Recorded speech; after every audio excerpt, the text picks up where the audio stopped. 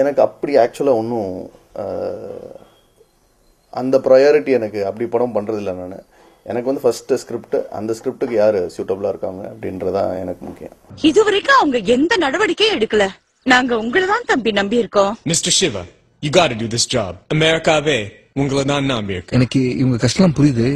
ஆனா இதெல்லாம் அவங்க என்கிட்ட சொல்றாங்க. இனிமே எல்லாம் அப்படித்தான். அது என்ன சொல்? இனிமே அப்படித்தான்.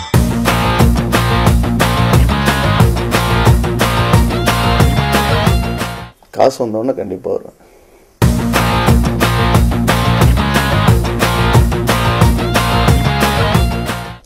அடுத்த ஸ்கிரிப்ட் வந்து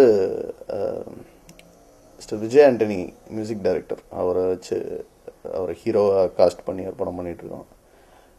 படத்தை பற்றி நான் நிறைய சொல்ல முடியாதுன்னு உங்களுக்கே தெரியும். படம் வந்து இப்போதைக்கு டென்டேட்டிவாக நாக்கு மூக்கான்னு டைட்டில் வச்சுருக்கோம். இன்னும் ரெஜிஸ்டர் பண்ணல, வச்சுருக்கோம் டென்டேட்டிவாக. இது வந்து தமிழ் படம் எப்படி ஸ்பூஃப் அப்படின்ற ஒரு இதுக்கு முன்னாடி தமிழில் பண்ணாத ஒரு ஜானரில் வந்துச்சோ அதே மாதிரி இது வேற ஒரு ஜானர். இது ஸ்பூஃப் கிடையாது, வேற ஒரு ஜானர். அது என்னன்னு நான் இப்போதைக்கு சொல்ல விரும்பல, ஏன்னா கொஞ்சம் டைம் ஆகும் படம் வர்றதுக்கு. இப்போ ஸ்டார்ட் பண்ண வேணான்னு பார்க்குறேன். பட் அகெயின் தமிழ் ஆடியன்ஸஸ்க்கு கம்ப்ளீட்லி ஒரு நியூ விஷயத்தை பார்க்குற மாதிரி இருக்கும்.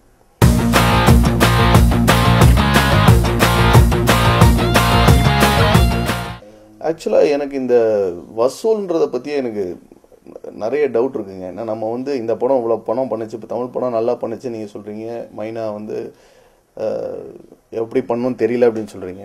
எனக்கு தெரியல ஆக்சுவலாக. ஏன்னா இங்கே வந்து உங்களுக்கு சினிமாவில் வந்து ஆக்சுவல் ரிப்போர்ட்டிங்னு ஒரு மேட்டரே கிடையாது. கரெக்டாக ஒரு படம் எவ்வளோ பணம் பண்ணுச்சு அப்படின்றதுக்கான ஒரு அக்யூரேட்டாக ஒரு ரிசல்ட் எடுத்து சொல்கிறதுக்கு நம்மகிட்ட டூலே இல்லை.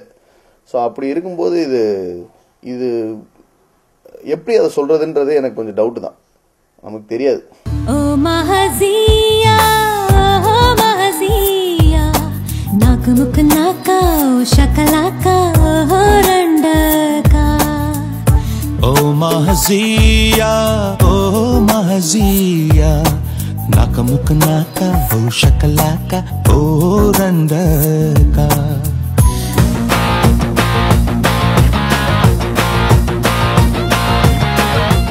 சாங் பார்த்தீங்கன்னா நீங்கள் இந்த ஓமாசியா சாங் அதான் படத்தில் எல்லாமே கிண்டல் தான் கேலி தான் முடிவு பண்ணியாச்சு. ஸோ அந்த என்ன முடிவு பண்ணோன்னா, இப்போது இந்த கான்செப்ட் வந்து ஸ்பூஃப் அப்படின்னு நம்ம சொன்ன உடனே வந்து மக்கள் முடிவு பண்ணுவாங்க சினிமா எப்படி இருக்கும், இந்த படம் எப்படி இருக்கும்னு. ஏன்னா டிவிலேயே இந்த கான்செப்ட்லாம் வருது, டாப் 10 மாதிரியான கான்செப்ட்ஸ்லாம் வருது. அது இல்லாமல் உங்களுக்கு சத்யராஜ் சார் மாதிரி ஆட்கள்லாம் வந்து ரொம்ப நாளாகவே இதை ஒரு 10 நிமிஷம் 5 நிமிஷமாக பண்ணிகிட்டு இருக்காங்க. சரி, பழைய சினிமாவில் இருக்க போகிற சீன்ஸ் எடுத்து அவங்க பண்ண போகிறாங்க அப்படின்னு முடிவு பண்ணிட்டு வர்றவங்களுக்கு அதையும் தாண்டி ஏதாவது வைக்கணும், ஒரு ஷாக்கிங்காக இருக்கணும், அவங்க நினைக்காத ஒரு விஷயத்தை காட்டணுன்றது வந்து நாங்கள் முதல்ல முடிவு பண்ணிட்டோம். இல்லாட்டா அது வந்து சரி ஓகே அப்படின்ட்டு போயிடுற மாதிரி தான் இருக்கும். அந்த மாதிரி வந்த ஒரு இதுதான் ஓமாசியா. அது எல்லாருக்குமே நீங்கள் தேட்டரில் பார்த்தீங்கன்னா மக்கள் வந்து சரி இப்போ பாட்டு ஆரம்பிப்பாங்க அப்படின்ற ஒரு இதிலே உட்காந்துருப்பாங்க. ஏன்னா நிறைய பாட்டு இந்த மாதிரி ஆரம்பிச்சுட்டு அதுக்கப்புறம் வார்த்தைகளுக்குள்ளே போயிடும். மொத்தமாகவே இப்படி உண்மையிலே இப்படி தான் பண்ணியிருக்கானுங்கன்றது வந்து அவங்களுக்கு ஒரு ஷாக்கிங்காக இருக்கும்னு நினச்சா அந்த ரிசல்ட் ஆக்சுவலாக தேட்டரில் தெரிஞ்சு. அதுதான் அந்த பாட்டோட. யார் சார் நீங்க? யாரு? சிவா.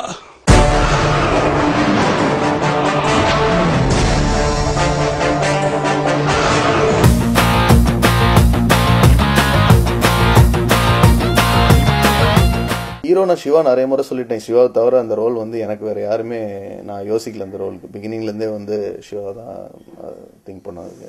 எல்லாருமே அது சொன்னோடனே ஆமாம் அவர் தான் கரெக்டாக இருப்பார்ன்ற மாதிரி ஒத்துக்கிட்டாங்க. ஹீரோயின் ஃப்ராங்காக என்ன கேட்டிங்கன்னா, அந்த படத்தில் வந்து ஒரு தமிழ் சினிமாவில் ஒரு ஹீரோயின் என்ன பண்ணுவாங்க, அவ்வளோதான். அது வருவாங்க, ஒரு டுவேட் சாங். ஆனால் தீஷா பாண்டே வந்து அவங்களுக்கு சுத்தமாகவே தமிழ் தெரியாது. பட் போக போக ஷி பிகேம் பெட்டர். அந்த பெர்ஃபார்மன்ஸ்லாம் நல்லா பண்ண ஆரம்பித்தாங்க. அவங்க படம் வேறு 2-3 படம் கமிட் ஆகிருக்குன்னு நினைக்கிறேன். I was fully satisfied with the cast. Hero heroine மட்டும் இல்லை, படத்தில் நாங்கள் யூத் ஃப்ரெண்ட்ஸாக வந்து நாங்கள் அறிமுகப்படுத்திய Manobala sir, MS Bhaskar, Nadaimurthy sir, அவங்களாம் வந்து கிட்டத்தட்ட இப்போ இருக்க யூத் ஹீரோஸ் ஃப்ரெண்ட்ஸை விட பெட்டராக கூட பெர்ஃபார்ம் பண்ணி கொடுத்துட்டு போனாங்கன்னு தான் சொல்லுவாங்க.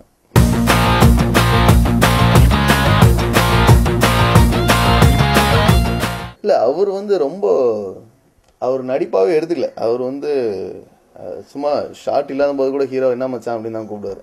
அந்த மாதிரி ஒரு மாதிரி அவங்களுக்குலாம் நம்ம என்ன சொல்கிறது, அவங்க நமக்கு சொல்லிக் கொடுப்பாங்க பெர்ஃபார்மன்ஸ்லாம் பர்ஃபெக்டாக. அதில் எனக்கு ஆக்சுவலாக அவங்க மட்டும் இல்லை, சண்முக சுந்தரம் சார்லாம் வந்து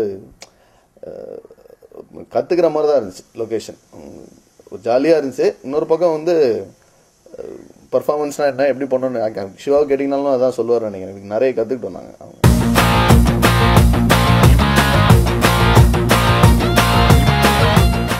ஃபுல்லாக படிக்கல, ஆனால் கண்டென்ட்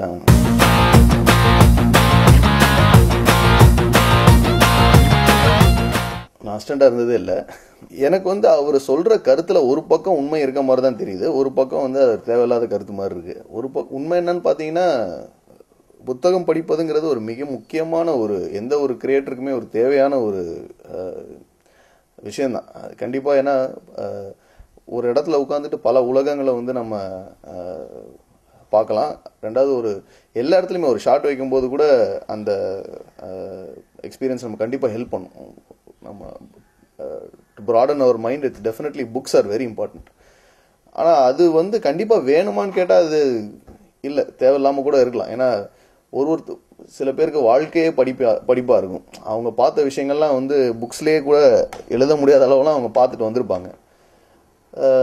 அது ஒரு நெசசிட்டியாக எனக்கு தெரியல. கண்டிப்பாக இருந்தால் நல்லது தான், புக்ஸ் படிங்கன்னு சொல்லலாம். படித்தா தான் டைரக்டர் ஆகணும்னு யாருமே சொல்ல முடியாது. ஏன்னா இப்போது அசிஸ்டண்ட்டாக இருந்தால் தான் டைரக்டர் ஆகணும்னு கூட சொல்லலாம். இப்போ நான் அசிஸ்டண்ட்டாக இருந்ததே இல்லை. ஸோ ஒருத்தரோட பயணம் ஒரு விதமான பயணம். அது இன்னும் நம்ம இப்படி தான் இருக்கணும்னு சொல்கிற மாதிரி எனக்கு படலை எனக்கு.